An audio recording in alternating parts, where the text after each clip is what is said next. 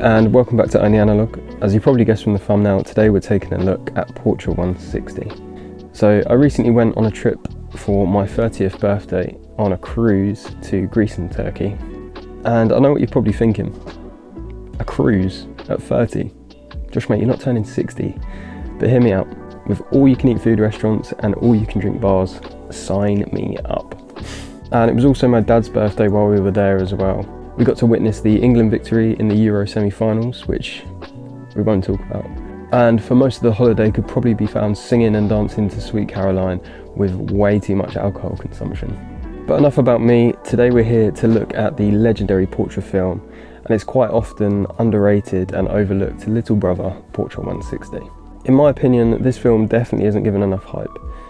It's everything you'd want from a colour film, so while venturing the streets of Greece and Turkey, I decided to shoot predominantly on a Portra 160. The lower ISO gave me a lot more wiggle room in the harsh midday sun, and I for one absolutely love the colour palette and tones that Portra 160 can create. This was a great opportunity for me to relax, but to also fire up my photography passion with a completely new environment, which is always exciting. And I also took a lot of photos, which I usually wouldn't think twice about, which definitely made for some interesting compositions, so definitely stick around for this one. But we start today's video with my Zenza Bronica ETRS. Enjoy.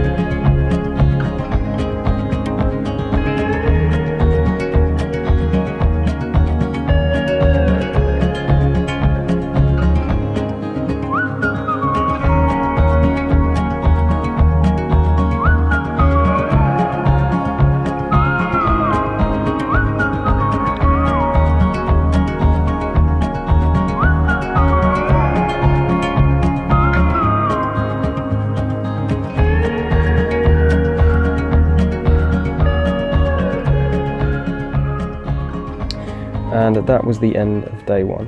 A great little start and warm up to start this Portra 160 video. We started to head back to the ship to enjoy way too many cocktails and watch England make their way into the Euro finals.